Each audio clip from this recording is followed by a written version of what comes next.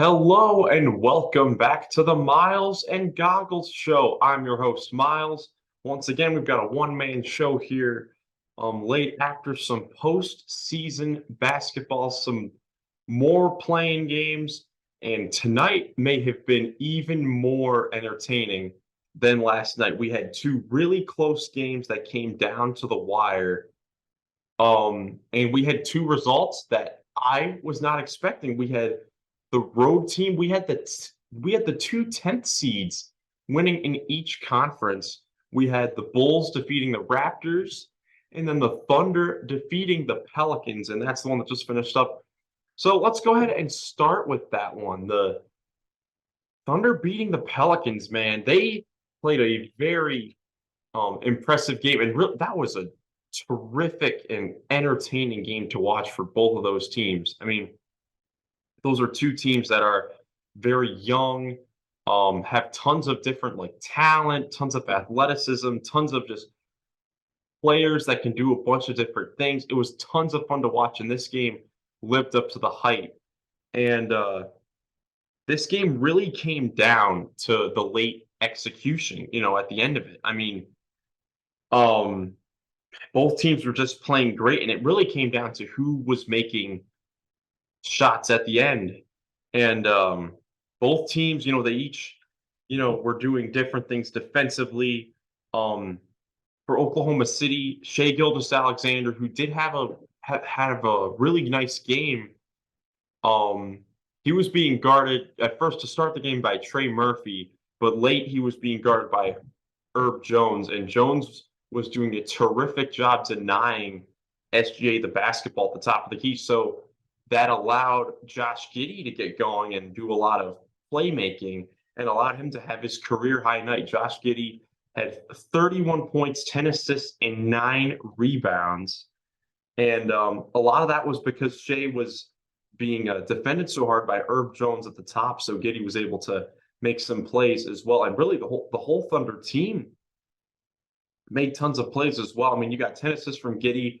You have Jalen Williams, the Arkansas Jalen Williams, who had 8 points, 8 boards, 8 assists, starting at center. He was very nice for them playmaking. You have Lou Dort, who started the game terrifically, was very aggressive, had a season high 27 points and 4 threes. And it really came down to, late game execution, as I was talking about. Now, if we go to the Pelicans, what they were doing is Brandon Ingram was cooking in this game, no matter who was on him. But what they would do is obviously they would have Lou Dort guarding Brandon Ingram since he's such a pesky, aggressive defender. So really from the 7-minute mark on to the rest of the game, the Pels were trying to get Shea onto Brandon Ingram to try to give Ingram the advantage. And Ingram it didn't matter, honestly, who he had on him, whether it was Dort, whether it was Shea Gilgeous-Alexander. He was just knocking down pull-up jumper after pull-up jumper. Had a play where he missed a layup, got his own board, threw it back down, a nice dunk there to get the crowd going.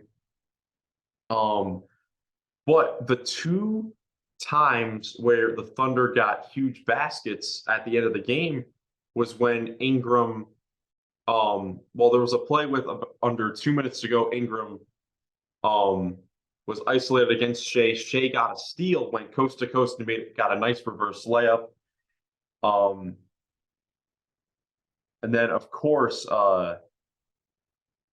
late after that, the Thunder were playing great defense. They were denying off-ball possessions or off-ball movement by Brandon Ingram and Trey Murphy and Herb Jones, where Jackson Hayes, who was in the game because Jonas Valanciunas was out momentarily with an injury, he was just looking for someone to pass to. No one was coming because the Thunder were playing great off-ball defense, so it resulted in a C.J. McCollum floater, which bricked, hit back rim, and then SGA just got the rebound and pushed it. Noticed that there was a 2-for-1 opportunity so they could get the last shot if they needed it, and took this ridiculously difficult one-legged, wrong-footed fadeaway shot over Herb Jones and just perfect nothing but net. That gave the Thunder the lead with 28 seconds left. Then they gave the ball to Brandon Ingram. he was working against Lou Dort and missed the post fadeaway, which, I mean, it happens. Brandon Ingram had a terrific game. He was making even more difficult shots earlier in the game. Just it's a make or miss league, and he just happened to miss that one, and that's tough. That's tough for the Pelicans for sure. Um, but and then of course missed free throw as well. Ingram missed a free throw later when the Thunder were fouling. When the Thunder were up 3, fouled the Pelicans, so they couldn't get up a 3, and Ingram missed a free throw. But then later, of course, Ingram then hits a contested 3, which could have been an and one. I think Lou Dort got a good contest there on that contested 3 with about 3 seconds left. But then, so then it's a 1-point game. Pelicans foul SGA. SGA hit both free throws. And then in the backcourt, no timeouts left. Herb Jones just throws it out of bounds, just threw it out of bounds and turned it over and lost them the game. And ended their season, unfortunately. The Pelicans eliminated from the playoffs. And it's crazy considering where they were earlier in this season. I remember Goglin and I, when we did a couple podcasts before we went on a long hiatus, we were doing our power rankings, and this was around the time when the Pelicans were one of the best teams in the NBA. And we were talking about how they were so talented and had so much potential because they were so deep at every position. But unfortunately, Brandon Ingram missed a ton of games due to injury. Zion missed a ton of games due to injury, including this one. And I mean, Pelicans, they were still right there in it. Right there in it. Jonas Valanciunas was terrific off the glass. I mean, their guys played well. CJ McCollum had a bit of an iffy game, but they got some good impact from guys like Josh Richardson off the bench. Jackson Hayes was good. Trey Murphy, has been great all season. But just a disappointing way for the Pelicans season to come to an end, man. I'm sure this is not what their fans were expecting at the midway point of the season. And you just got to hope that their guys are healthy for next season, because it's coming to the point, next season, it's going to be the 5th season for Zion Williamson. We gotta see something here from the Pelicans. I mean, Brandon Ingram's been terrific, but this core has been together, of really the two of Ingram and Zion, and because of the injuries to Zion, we haven't really gotten to see this team's full potential. So I'm really hoping that we can see that next year. Next year is going to be a big year for the Pelicans, but shout out to the Oklahoma City Thunder. Coming into the season, all of us thinking that they're just going to tank again like they had the last couple seasons to go for another pick in the lottery. But no, played very solid basketball down the stretch and played a very impressive game tonight. Every single time that the Pelicans threw a run at the Thunder, the young Thunder responded, a team that really no veterans on this roster besides Dario Saric. No veterans at all. Their veterans are like Lou Dort and Shea. That's really it. Everyone else, this is their first postseason experience. So really impressive victory for the Oklahoma City Thunder. They will advance to play the Minnesota Timberwolves on Friday night in Minneapolis in a do-or-die game to decide the 8th seed. And let's quickly preview that one before we move over to the Eastern Conference. So the Thunder and the Timberwolves. Now, the Timberwolves took the season series 3-1. These are two teams that were, the Thunder were in the middle of the pack on both ends of the floor. Timberwolves were a top 10 defense, struggled on offense. And, of course, coming off of that brutal overtime loss to the LA Lakers on Tuesday night. So it'll be interesting to see what happens here. Minnesota should be getting Rudy Gobert back from his suspension, but as a lot of fans on Twitter were saying, and as I'm kind of thinking specifically with this matchup against the Thunder, I'm not sure if you really want Rudy coming back, to be honest, man, because you look at the Thunder. The Thunder are one of the smallest teams in the league with who they start. As far as their front court goes, they have a huge backcourt. When you look at Josh Giddey, it's 6'7", Shea's about 6'5", 6'6". Lou Dort's probably the shortest one, 6'5". And then you've got the two Jalen Williams, the two rookies, down low. And you would think that, you know, um, with getting Rudy Gobert back, you could start Towns at the 4. You have the Twin Towers down there. But with um, J-Dub, the one in a conversation for Rookie of the Year from Santa Clara, and him being such a perimeter-based player, a terrific driver in isolation, can hit the 3. I'm not sure if it's the best matchup-wise to have Gobert back. I think it's better if you have Towns at the 5, and that's going to be something interesting that Chris Finch is going to have to do if Gobert is back. Does he think about maybe, I know it might be crazy, but bringing Rudy off the bench to try to match the lack of size with Oklahoma City? I think that'll be very interesting because I think that Taurean Prince, who has been starting in place of Rudy Gobert, would fit the matchup of guarding Jalen Williams or a Lou Dort better than obviously Karl-Anthony Towns, who's normally a center before this season, not a very good perimeter defender. So I'm very interested to see how that works, who Minnesota is going to start if Rudy Gobert comes off the bench in this game. I think that's a storyline that could be interesting for Friday's game. Personally, I am going to pick Minnesota. I think that they are a team that, even though, they only made the playoffs like last season with this core, they're a team that is full of veteran players. You've got a Mike Conley, you've got a Kyle Anderson, you've got a Rudy Gobert. And I think that coming off of that absolute collapse meltdown in LA on Tuesday night, especially in front of their home fans, I think that they are going to bring it. Now, of course, Oklahoma City shocked the world. Now, here's the thing with my predictions. I so far have been, want to say I'm 1-3 with my predictions because I did not have the Thunder beating the Pelicans tonight, and I thought the Raptors were going to beat the Bulls. So maybe my advice is maybe you should just go against what I'm saying. But I'm going to go with Minnesota just because of their experience and, we mentioned the hype too. Even if you just start Karl-Anthony Towns at the 5, that's one less big with Rudy coming off the bench. Karl-Anthony Towns is going to cook. Whoever the Thunder throw at Karl-Anthony Towns is going to dominate that matchup.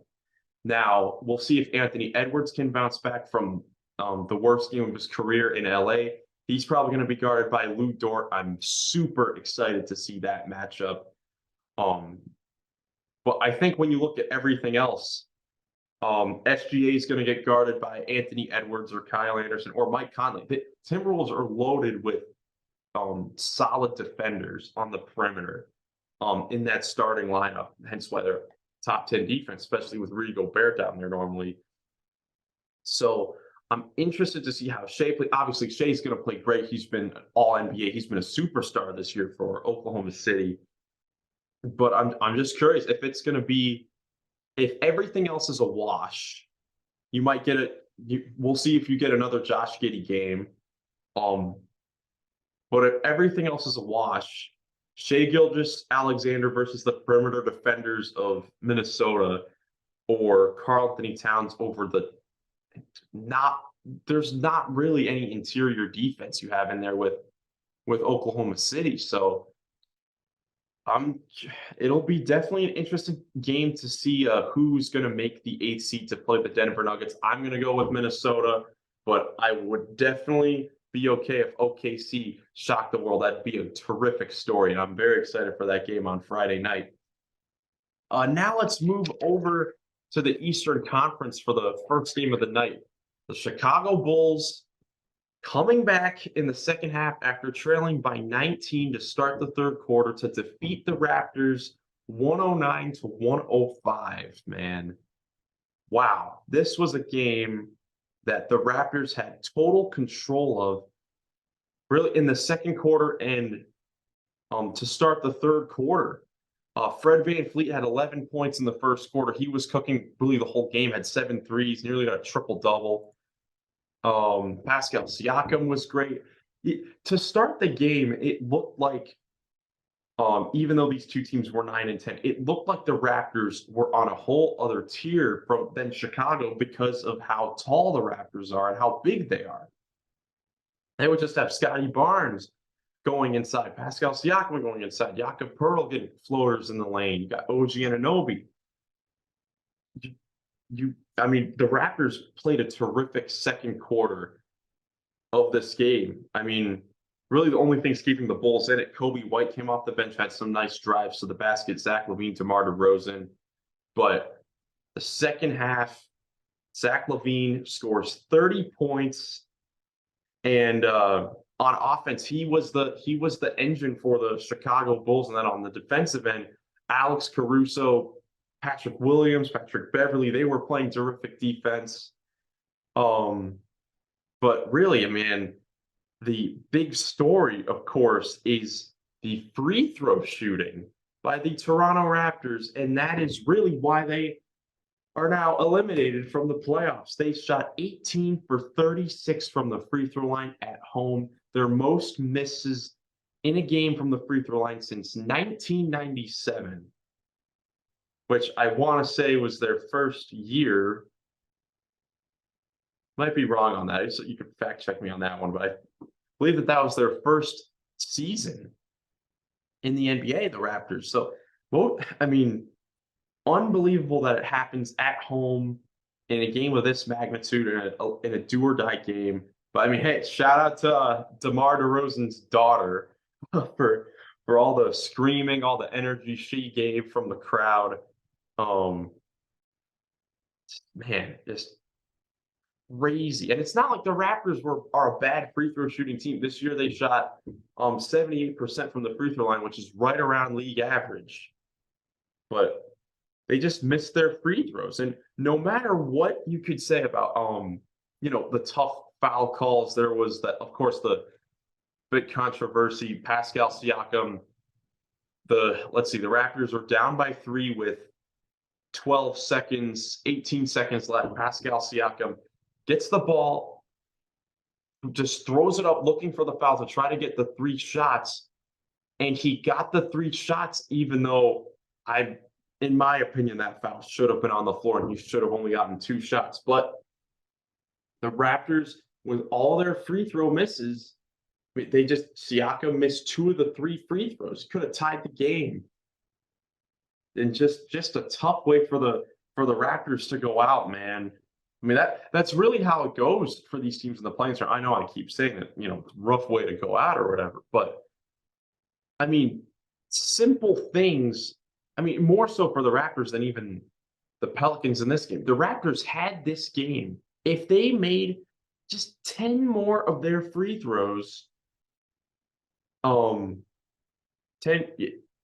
would have had this game. They would have had this game because they were showing on the broadcast, even like the free throw shooting, when the Raptors were up by 19 in the third quarter, and then they show the free throw shooting, and they show that the Raptors had missed 10 free throws up to that point. I'm like, dude, you make 7 more free throws, you're up by like 26 points, and this is a complete blowout. Like, comes down to the little things in these big games, and in this case for the Raptors, it was the free throw shooting.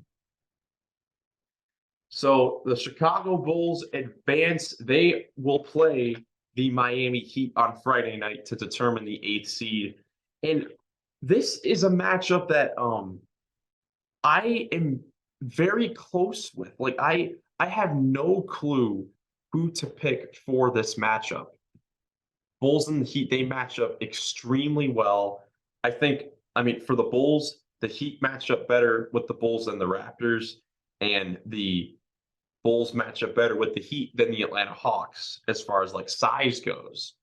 So I don't know who to go with. Chicago swept the Heat in the season series during the regular season in 3 games.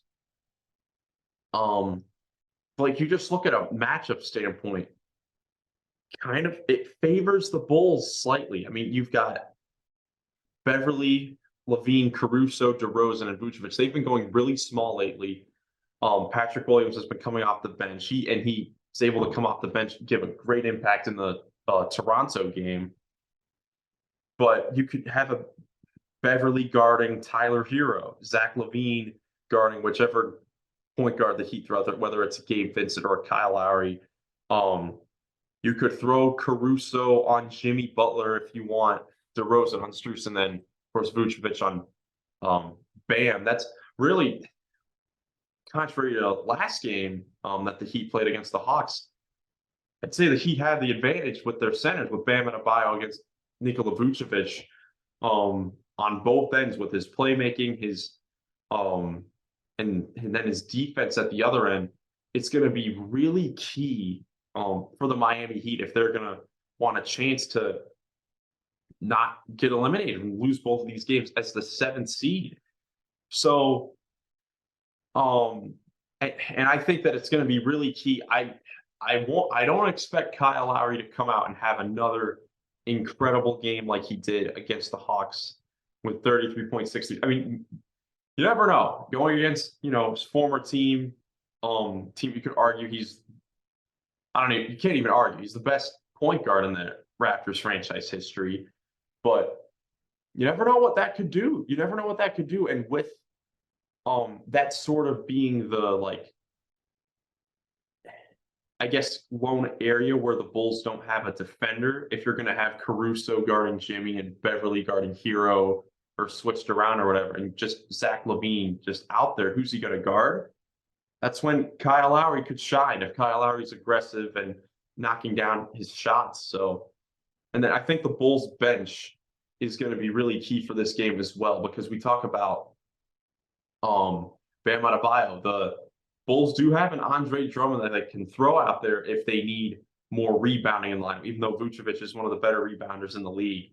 You could just always have a rebounder out there, against Bam. And that's something that also favors the Bulls. It's like when Vucevic goes to the bench, you've got Andre Drummond, who's been one of the best rebounders in recent history. When you put Bam on the bench, like we pointed out in the Atlanta game, you have Cody Zeller, you have Kevin Love.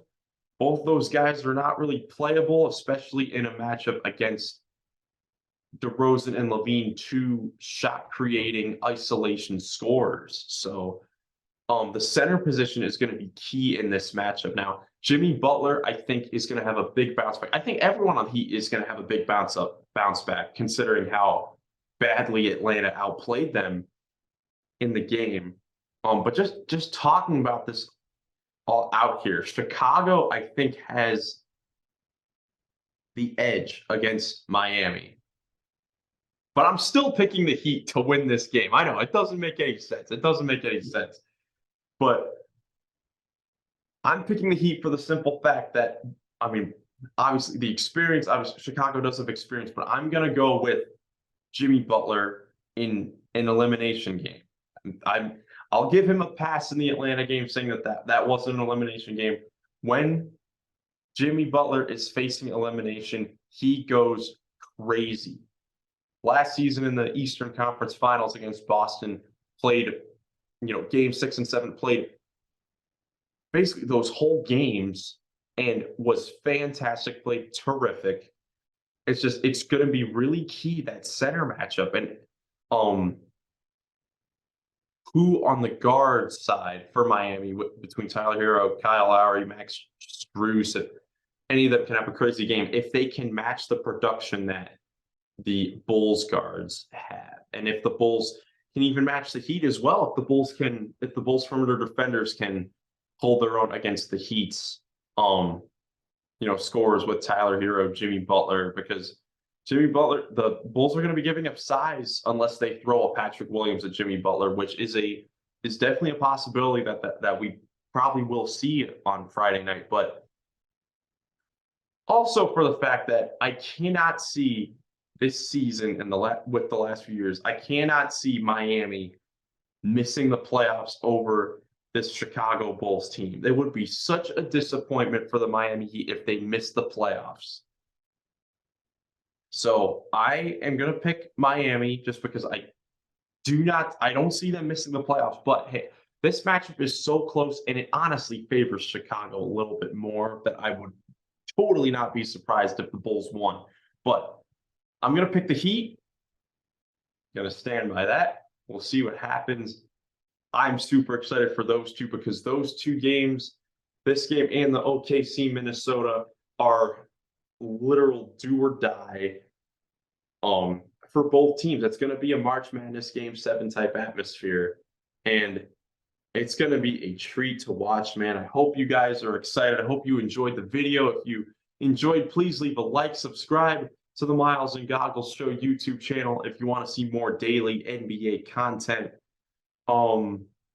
Tomorrow, Jackson and I are hoping to record our playoff series predictions. That is going to be a very, very fun episode that we'll hopefully be able to record during the day with no games. Later, I guess later today at the time of the release. But yeah, again, thank you so much for watching. If you enjoyed the video, please leave a like, subscribe if you want more NBA content, follow our Twitter pages. Links are in the description down below. I'm Miles, and I'll catch you in the next one.